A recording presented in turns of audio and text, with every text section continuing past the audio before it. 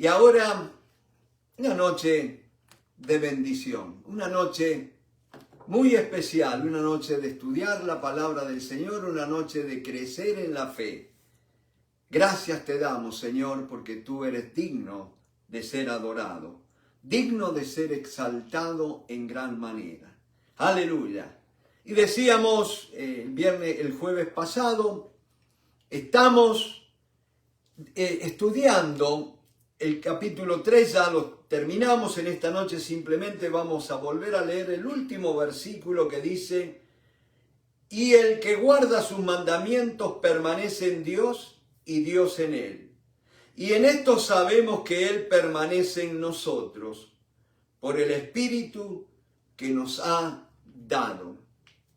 Y en esto sabemos que permanece en nosotros por el Espíritu que nos ha dado.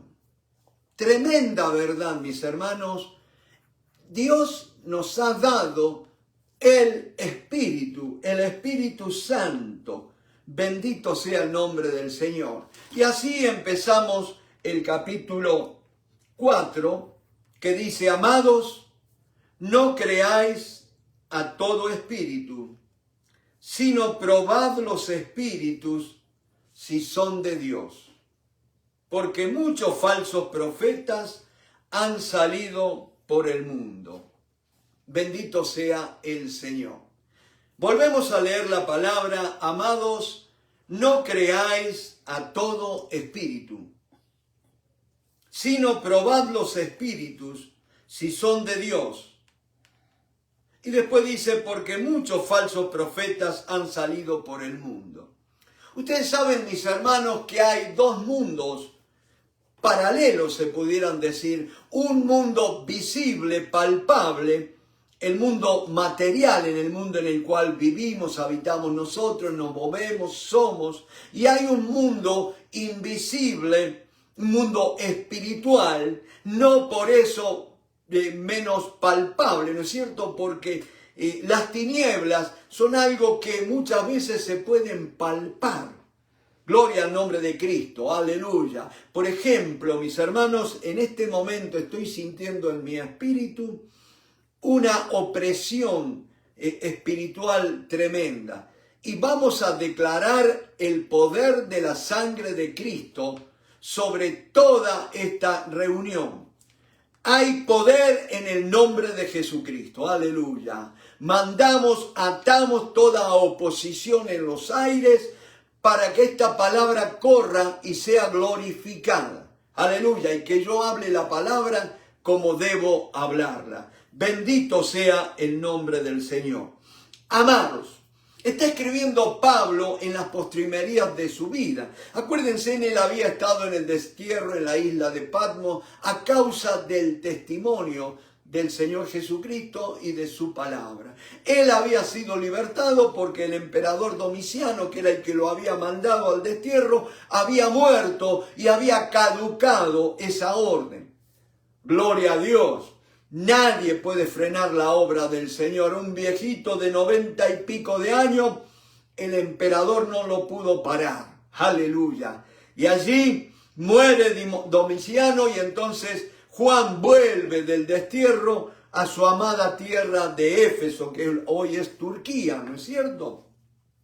Y allí él va a seguir pastoreando, pero ya este hombre está, decíamos, en el ocaso de su vida, está preparando a sus hermanos para la tarea por venir cuando él ya no esté más. ¿Cómo preparar esta generación? ¿Cómo esta transición generacional? ¿No es cierto? Y allí él va a dar estas tremendas palabras, consejos de la palabra de Dios. Y lo primero que dice: amados, no creáis a todo espíritu. Esa palabra no creáis también es no recibáis a todo espíritu. Y entonces nosotros pensamos, claro, no debemos recibir todo espíritu que está fuera de nosotros. Nosotros siempre pensamos que el engaño está fuera de nosotros, que la mentira está en los otros y no en nosotros. Por eso es que el apóstol habla de no creer, no recibir todo espíritu, porque a veces nosotros pensamos que lo que me está guiando, lo que me está impulsando es el Espíritu de Dios, y no siempre es así, mis hermanos. Tenemos que tener en cuenta una cosa: hay tres fuentes espirituales que nos pueden guiar, que luchan por controlarnos, que luchan para influenciar nuestras vidas. En primer lugar, tenemos el espíritu del hombre. Nosotros mismos, mi hermano, tenemos que aprender a descansar en el Señor, a aquietar nuestro espíritu, nuestras emociones, para poder estar, como dice el salmista, estar quietos y conocer que yo soy Dios, que yo soy Jehová. En medio de la agitación, de la turbulencia, y el enemigo, las fuerzas espirituales de maldad, siempre nos van a buscar agitarnos, van a hacernos ver que lo que estamos pasando es lo peor, que la enfermedad, que el dolor que estoy sintiendo no es, nadie lo ha sentido. El otro día alguien estaba padeciendo un problema renal también y me pidió que orara por él, ¿no es cierto? Porque la situación era mala, y empezamos a orar, entregamos todo en la mano del Señor sin hacer gritos ni alardes ni nada, simplemente reconocimos que el que sana es Jesucristo y Él ha prometido hacerlo, y por la gracia de Dios, mis hermanos, aquella persona está andando muchísimo mejor ahora. Gloria al nombre del Señor. Dios sigue obrando, mi hermano. Repito, a veces el enemigo, fíjense la mujer del flujo de sangre. Si ella hubiera podido estar lamentándose todos los problemas que tenía, todas las dificultades. No, ella dijo, si tan solo tocar el borde de su manto. Esa es la cuestión, no es cuánto me duele, no es lo que estoy padeciendo, es a quién voy a tocar. ¿Me van siguiendo, mis hermanos? Es tiempo que empecemos a creer la palabra de Dios. Repito, no es lo que me pasa a mí, es que yo tengo que glorificar a Dios mediante la fe. Bendito sea el Señor. Acuérdate, yo puedo estar sufriendo, puedo estar teniendo muchos dolores, pero aquel dijo que por su llaga yo fui sanado. Ciertamente Él sufrió mis dolores. No sabrá Él que estoy sufriendo, no habrá experimentado esos dolores. No hay un dolor que Jesucristo en la cruz del Calvario no lo haya experimentado. ¿Me va siguiendo, mi hermano? Es tiempo de decir, yo quiero que el Señor sea glorificado en mi vida. Aleluya, gloria a Dios. No creáis a todo espíritu, sino probad los espíritus si son de Dios, porque muchos falsos profetas han salido por el mundo. Y mis hermanos, un falso profeta, o como dice en el griego, pseudoprofetes, un pseudoprofeta, un falso profeta, es alguien que recibió una inspiración, vamos a decir, un toque, una guía, ¿no es cierto?, una voz en su interior, y se largó creyendo que era de buena fuente. Y como resultado dice, porque muchos falsos profetas han salido por el mundo. Los falsos profetas salen por haber creído algo que no era la verdad. Han adjudicado algo a Dios que no era de Dios.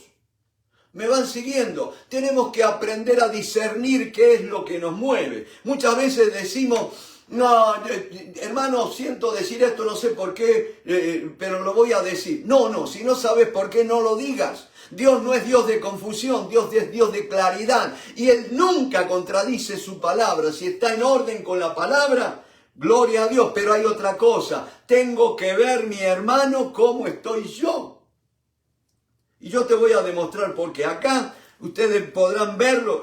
Yo les cuento a los que están en el teléfono. Yo acá tengo una canastita y tengo dos frutas. Miren, una es un mango y otra es una banana.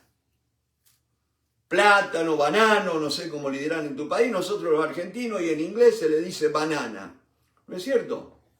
Fíjense, un plátano, una banana y un mango. Y ya te voy a mostrar en esta noche, te voy a hacer una pequeña ilustración de esta verdad que te estoy diciendo. Dice, amados, no creáis todo espíritu, a todo espíritu. Un espíritu es lo que mueve, lo que impulsa, lo que motiva. No es una persona que viene y te habla al oído, es algo que diablo siempre va a inyectar un pensamiento de él dentro tuyo y te va a hacer creer que es un pensamiento tuyo. ¿Me va siguiendo? Por eso tenemos que tener mucho conocimiento acerca de nuestra vida de pensamiento. Porque si no, no podemos cumplir la palabra del Señor cuando dice Pablo que debemos llevar cautivo todo pensamiento a la obediencia a Cristo. Y entonces decía que aquellos que creen que era Dios que los movía y terminaron siendo falsos profetas. Y dice, muchos falsos profetas han salido por el mundo. Y mis hermanos, yo rapidito les quiero leer algunos puntos que he escrito acerca de cómo prepararnos para hacer frente al engaño.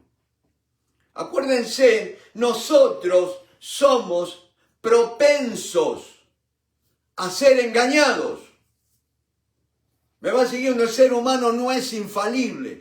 Todos estamos propensos a ser engañados.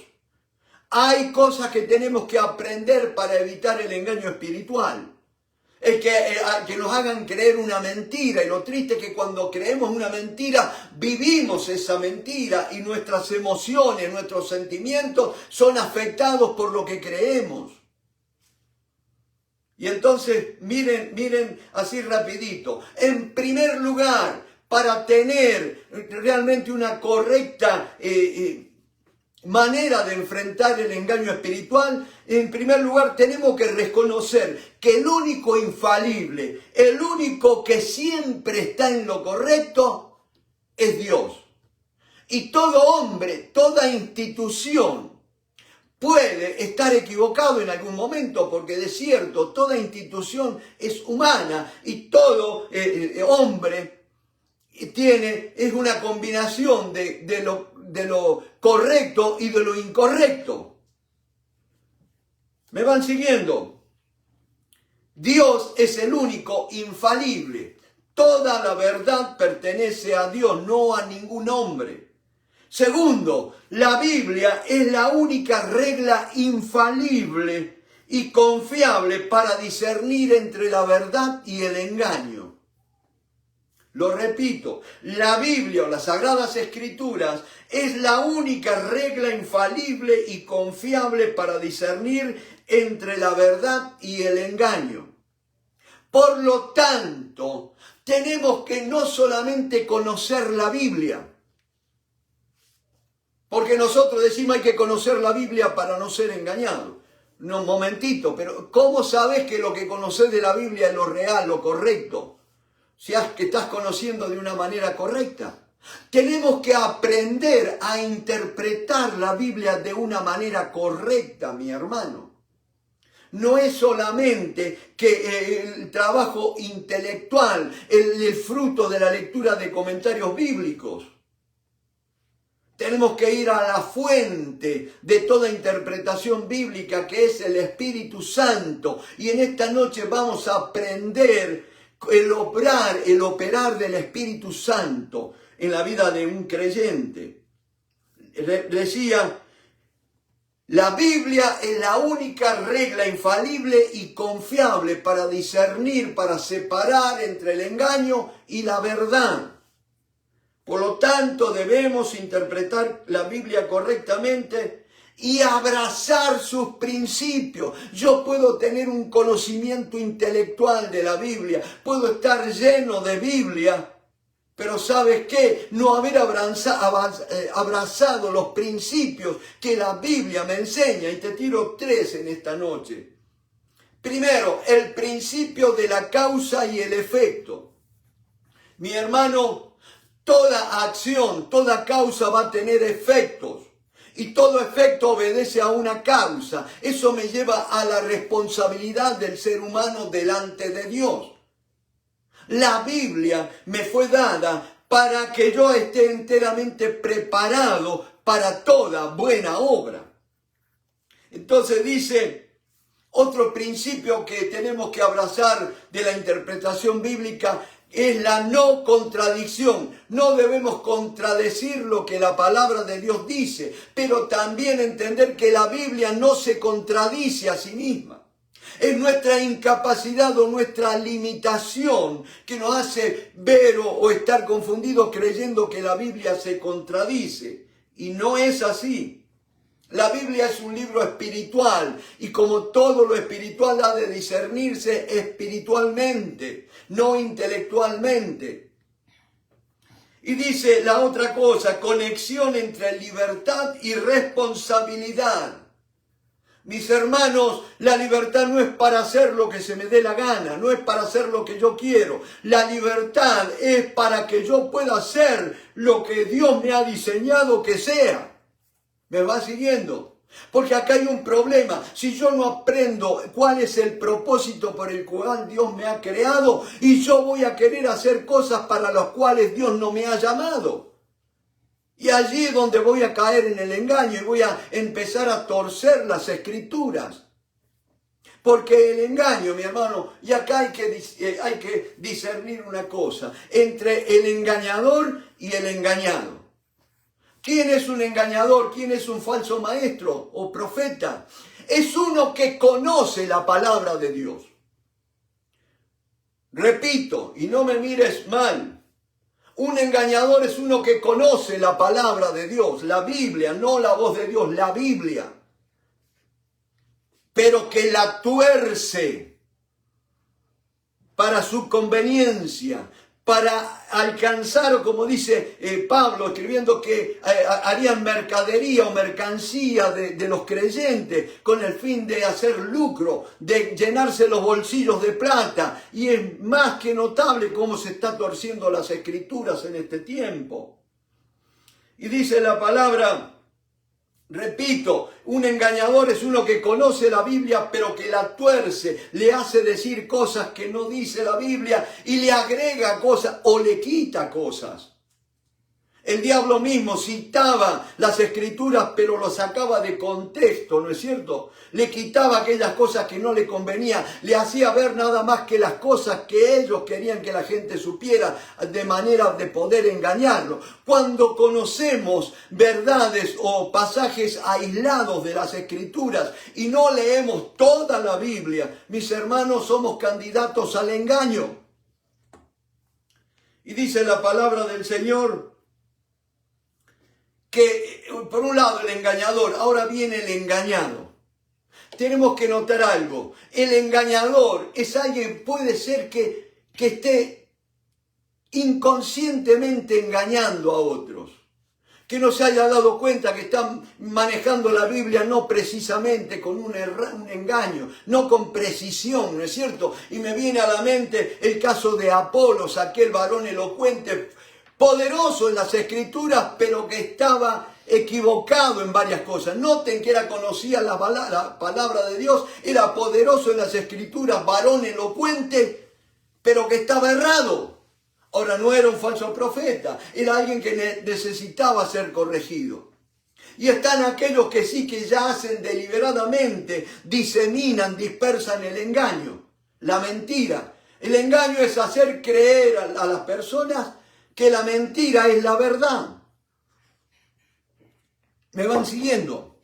Una mentira, por ejemplo, hacerte creer que la obra del Espíritu Santo era para el tiempo antiguo, que ahora los dones del Espíritu Santo ya no están vigentes.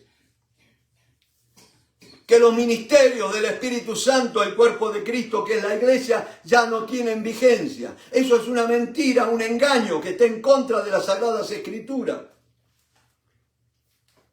Bendito sea el nombre del Señor. Ahora viene el engañado.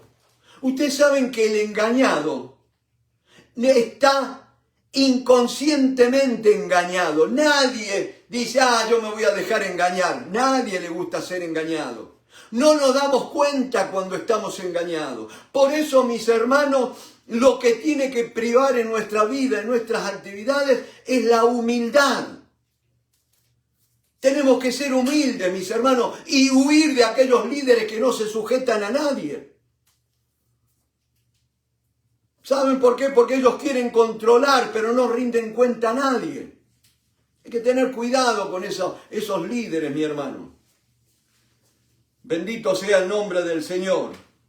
Entonces fíjense, el engañador conoce lo que está haciendo, mientras que el engañado está inconsciente de lo que le está pasando, está creyendo que lo sacaron a libertad, está creyendo que está siendo bendecido y está siendo llevado por el engaño espiritual.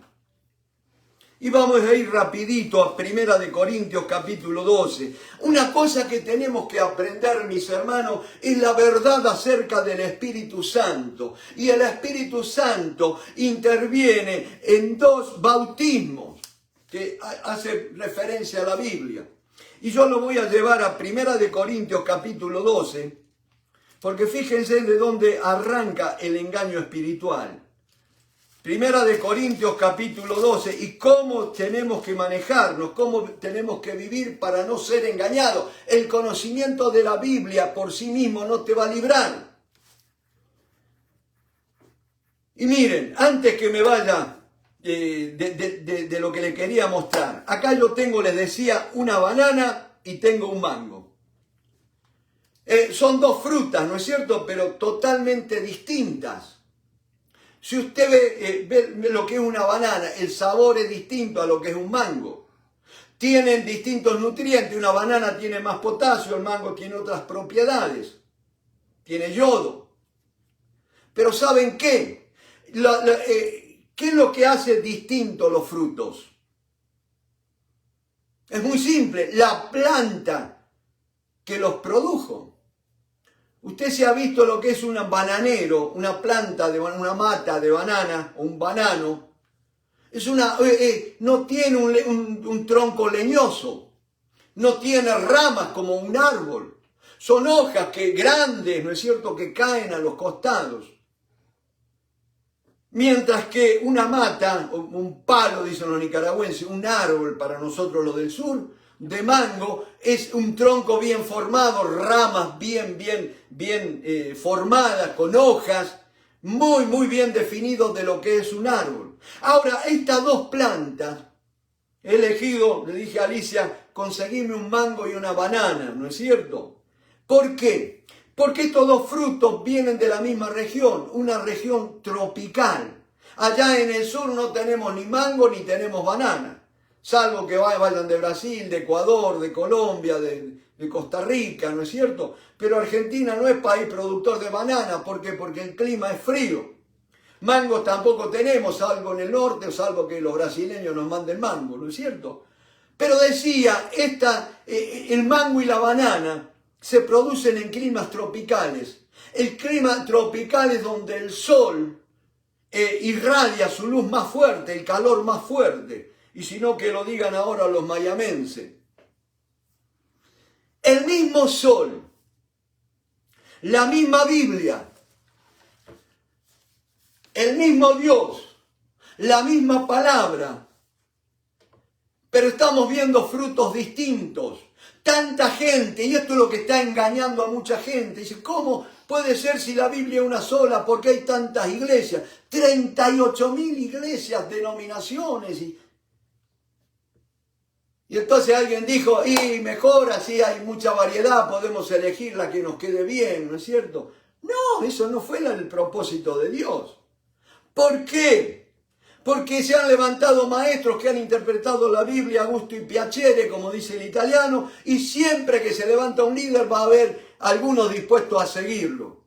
Pero nosotros no somos seguidores de hombre, tenemos que seguir al Señor Jesucristo. Bendito sea el nombre del Señor. El mismo sol, las plantas expuestas a ese mismo sol, pero producen frutos distintos. Si usted ha probado lo que es un mango, va a ver que es muy distinto a lo que es una banana. Es la naturaleza de la planta lo que lleva al fruto. Es tu naturaleza, mi hermano, que tiene que ser transformada por la obra del Espíritu Santo. Si no, tu teología va a ser orientada por tu bolsillo y por tu carácter. ¿Me vas siguiendo? Y te vas a terminar haciendo un Dios a tu imagen y semejanza. Si eres una persona muy justa, te vas a hacer un Dios cortacabeza. ¿Quieres que hagamos descender fuego del cielo y los consuma? Los pecadores, eso. No estamos representando bien a Dios. Y dice la palabra del Señor, allí en 1 de Corintios capítulo 12, escribiendo Pablo, no quiero, hermanos, que ignoréis acerca de los dones espirituales. Sabéis que cuando erais gentiles, se os extraviaba, llevándoos como se os llevaba a los ídolos mudos. Está escribiendo a alguien que era un rabino, un maestro de la ley, un conocedor de las escrituras. Pero ¿cuál era el fruto que llevaba este hombre, Saulo de Tarso? Conocedor, erudito, ojalá que yo tuviera el conocimiento de la Torá que tenía Saulo de Tarso. Pero él creía que estaba haciéndolo bien, persiguiendo a la iglesia y llevando a la muerte a los que creían en el Señor Jesucristo. Estaba combatiendo a Cristo. ¿Me van siguiendo? Una persona natural que no había recibido la transformación. Hacía desastre con la Biblia en la mano. Entonces esta persona se os extraviaba llevándoos como se os llevaba. Un extraviado, alguien que se ha desviado, ¿no es cierto? Y dice, a los ídolos mudos. ¿Cómo es posible que haya tanta gente metida en la idolatría y en tantas cosas? Pero acuérdate una cosa, más de una vez las Sagradas Escrituras nos exhortan, nos advierten a nosotros que debemos huir de la idolatría. Y el Señor le dijo una vez a Saúl, al primer rey Saúl, ¿no es cierto? Que le dijo que la obstinación era igual que la idolatría. La obstinación en no querer cambiar, en seguir siendo porfiado. Y hermano, van pasando los años y ustedes van a ver cómo los cambios se van produciendo en nuestra cara, en nuestros cuerpos. Cabellos que se tiñen de blanco, otros que se fueron. Kilos que vinieron. Pero es el único cambio que vemos, el temperamento, el carácter. Ahora quizás estemos un poco más aplacados, las fuerzas ya no son las mismas, ¿no es cierto?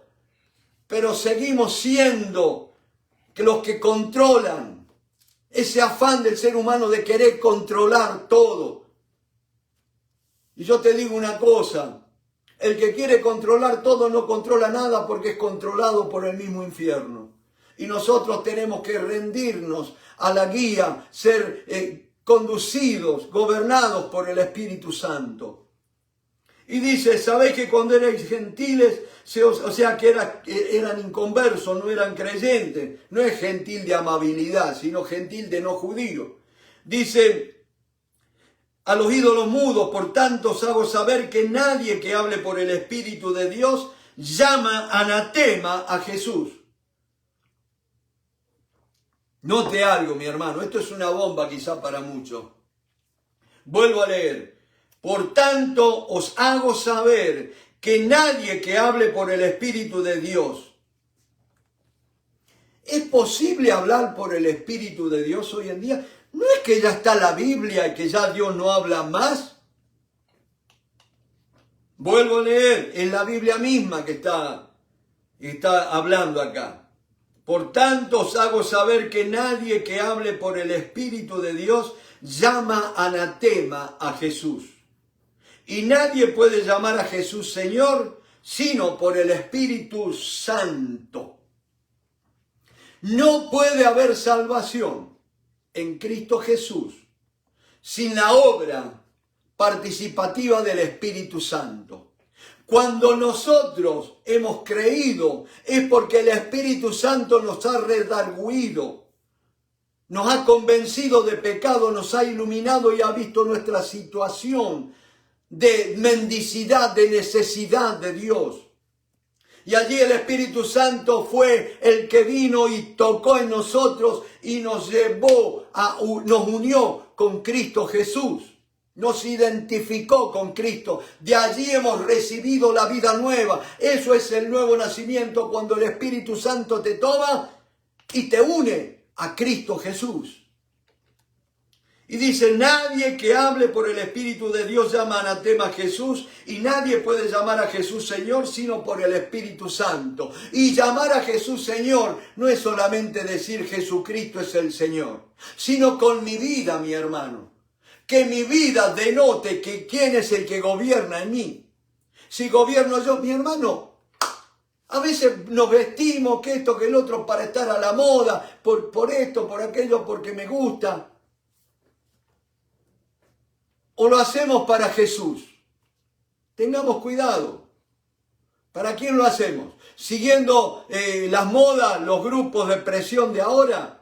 ¿O la obediencia a Cristo? Todo lo que hagamos, sea de palabra o de hecho, hagámoslo para el Señor y no para los hombres. Dice, ahora bien, hay diversidad de dones, pero el Espíritu es el mismo. Y hay diversidad de ministerios, pero el Señor es el mismo. Y hay diversidad de operaciones, pero Dios, que hace todas las cosas en todos, es el mismo. Y después le decimos, Espíritu Santo, tú tienes libertad para obrar.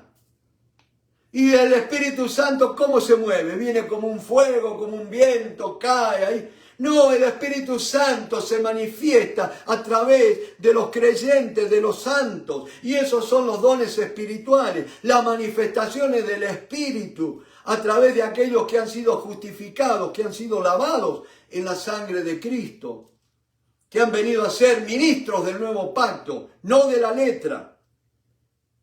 Y dice la palabra del Señor, y después sigue describiendo lo que son los dones espirituales. Pero yo quiero llevarlos al versículo 12. El 11 vamos a leer. Pero todas estas cosas las hace uno y el mismo Espíritu. Espíritu está con mayúscula. Repartiendo a cada uno en particular como Él quiere. Ser usados por Dios como Él quiera, no como yo quiero. Por eso vienen peleas. Por eso muchas veces hay gente que se separa de otro, porque nadie quiere ser el número 2. Todos quieren ser el número 1. Todos quieren ser el cacique, como decimos siempre. Nosotros hemos sido llamados para servir, no para caciquear. No para ser llamados maestros, ni pastores, ni nada. Simplemente siervos de Jesucristo. Y dice, pero todas estas cosas las hace uno y el mismo Espíritu. Decíamos la otra noche, estamos en la dispensación, en el periodo histórico de la obra del Espíritu Santo. El Espíritu Santo es el que lleva adelante la obra, la iglesia del Señor, ¿no es cierto?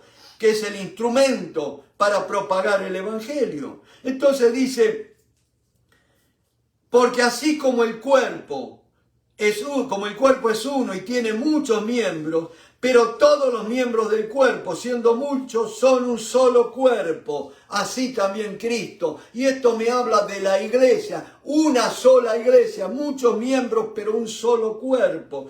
Y acá nota esto, mi hermano, porque por un solo espíritu fuimos todos bautizados. El bautismo del Espíritu Santo. El Espíritu Santo nos toma en el momento de creer en Cristo y nos agrega al cuerpo, nos une al cuerpo místico que es la iglesia.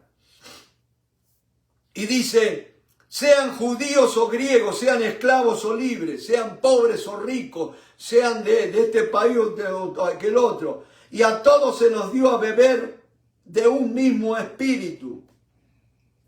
¿Me van siguiendo? Lo primero que hace el Espíritu Santo en el momento de creer, de recibir a Cristo, de confesarle como el Señor de nuestras vidas, nos une a su cuerpo, al cuerpo de Cristo, que es la iglesia. Nota, vayamos a Hechos capítulo 2, y acá viene lo que yo le llamo señales de una iglesia verdadera. Gloria al nombre del Señor. Fíjense, Pedro estaba predicando en el día de Pentecostés cuando vino el derramamiento del Espíritu Santo. Y dice, cuando aquellos varones escucharon el mensaje de que Dios había hecho, sepa pues ciertísimamente la casa de Israel, que a este Jesús, a quien ustedes crucificaron, Dios le ha hecho Señor y Cristo. Aleluya, es el que ha señalado para dar vida eterna a los que crean en Él, para ser el Rey, el Señor, el que manda, ¿no es cierto? Le dio toda autoridad al Señor Jesucristo. Cuando estos judíos escuchan este mensaje, son compungidos de corazón, es como si una espada les hubiera traspasado lo íntimo. Cuando hay un mensaje ungido, mi hermano, la gente va a ser perforados por la palabra del Señor. Y no como ahora que la gente aplaude cuando algo le gusta. ¿Cuándo en la iglesia antes se aplaudía a un predicador? ¿No es cierto? Todo aplauso, batir las manos al Señor. Y dice la palabra del Señor, al oír esto se compungieron de corazón y dijeron a Pedro y a los otros apóstoles, varones hermanos, ¿qué haremos? Había venido la convicción de que estaban mal, que eran reos de condenación eterna. Y entonces preguntan, varones, hermanos, ¿qué haremos? Pedro les dijo, arrepentíos y bautícese cada uno de vosotros en el nombre de Jesucristo. Ahora note una cosa, ese arrepentido no le dijo a gentiles, eran todos judíos. Los judíos eran conocedores de la ley, sabían que tenían que arrepentirse, sabían lo que era el arrepentimiento. Pero ahora usamos un lenguaje religioso para gente no religiosa y por ahí nos miran, ¿y qué es arrepentimiento? Entonces le dice a los judíos que habían creído, arrepentíos y bautícese cada uno de vosotros en el nombre de Jesucristo para perdón de los pecados y recibiréis el don del Espíritu Santo. Porque para vosotros es la promesa y para vuestros hijos y para todos los que están lejos, para cuantos el Señor nuestro Dios llamare. Y con otras muchas palabras testificaba y les exhortaba diciendo, sed salvos de esta perversa generación. Así que los que recibieron la palabra, o sea, los que creyeron, uno cuando cree, la señal de que ha creído es que recibe la palabra. Note, primera señal, recibieron la palabra. Segundo, fueron bautizados. La importancia del bautismo en agua por inmersión. Creyeron, recibieron la palabra, fueron bautizados y se añadieron aquel día como 3.000 personas. ¿Me van siguiendo? Habían creído, recibieron la palabra, se bautizaron y se agregaron a la iglesia. 3.000 personas. Ahora noten, y perseveraban. Ellos recibieron el Espíritu Santo. Pedro les había dicho que se bautizaran, se arrepintieran y se bautizaran para perdón de los pecados. Ahora note, se arrepintieran, se bautizaran para perdón de pecados y recibiréis el don del Espíritu Santo. Eso es Biblia. La Biblia, dejemos que la Biblia hable, que no hable nuestra teología ni nuestras tradiciones, que la Biblia hable. Queremos un avivamiento, tenemos que empezar a ver la Biblia tal cual Dios la dio. Y dice, y perseveraron, se añadieron, ya dejaron, dice, sed salvos de esta perversa generación. Dejen que esta generación perversa los siga contaminando, los siga amoldando, les siga dictando aún la manera de vestirse. Salgan de ellos. Y se añadieron a la iglesia. Ahora uno dice, va a la iglesia. Pero antes, añadirse a la iglesia era abandonar todo. Es abandonar a una familia que le hacía la cruz. Era como si usted hubiera muerto para un judío que creía en el Señor Jesucristo. Y dice, se añadieron a la iglesia. Y dice, y perseveraban. Perseverar habla de continuamente, estar día a día.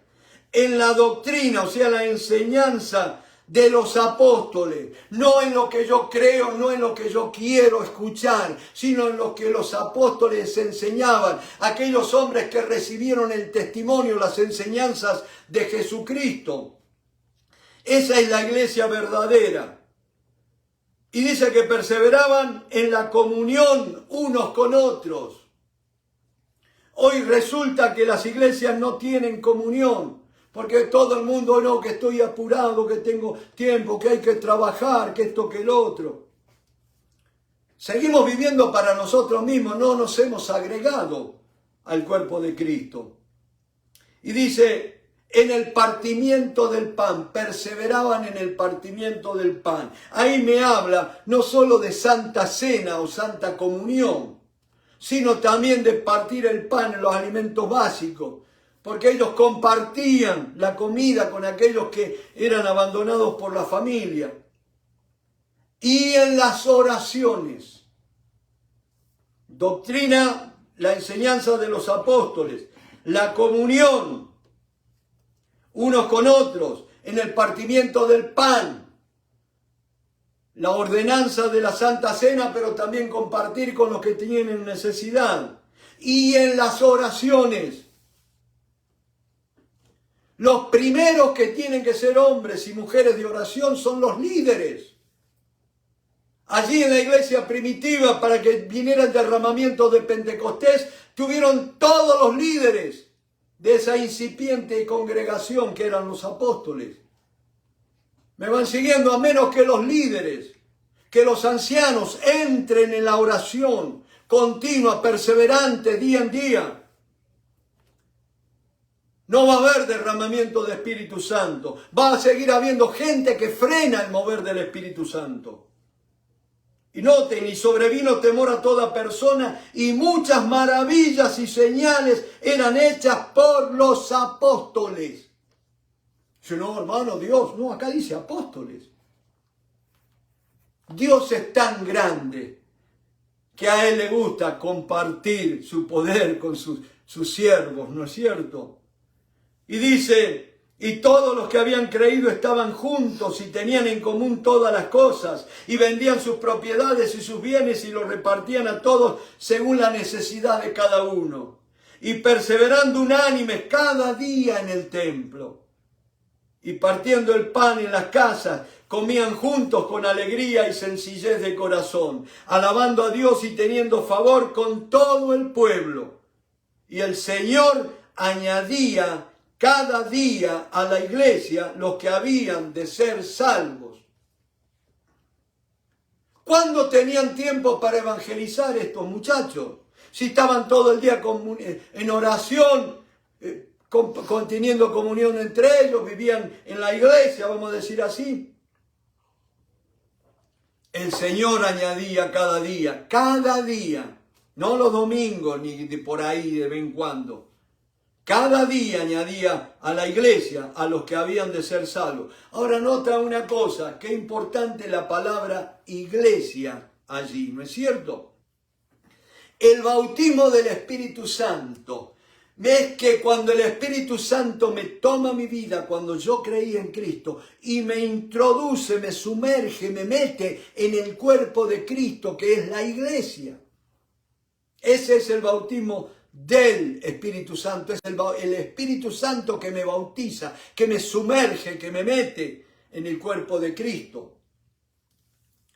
Y después está el bautismo con el Espíritu Santo, que es cuando el Señor Jesucristo les dijo a los discípulos, no se vayan de Jerusalén, sino que esperad allí, permaneced allí, hasta que venga el Espíritu Santo sobre ustedes y recibiréis poder y me seréis testigos. Eso es lo que estamos anhelando, mi hermano. Pero primero tiene que ocurrir el bautismo del Espíritu Santo. Así como Elías, en un tiempo de gran apostasía, en un tiempo donde el pueblo de Israel había dejado a Dios, había abandonado los caminos de Dios. Y allí hubo un profeta como Elías, que clamó a Dios y fuego del cielo descendió. Pero dice que compuso el altar, preparó la leña, el sacrificio sobre el altar, ¿no es cierto? Y Dios derramó fuego, pero lo importante es esto. Una de las cosas que hizo Elías es que le pidió al pueblo: acérquense a mí, acercaos a mí. Hoy hay mucha gente que no se quiere acercar unos a otros. Gente que aborrece a sus hermanos. ¿Me van siguiendo? Gente que a veces hace sentir a otros como al pobre Mardoqueo porque no le rinden pleitesía, porque no se postran delante de ellos. Tiene que haber sanidad en el cuerpo de Cristo si vamos a ver el gran avivamiento en este planeta Tierra. Y mis hermanos, el jueves pasado les hablaba un poco acerca de que lámpara de Jehová es el espíritu del hombre. Eso estaba, ¿se acuerdan? En Proverbios 20, 28.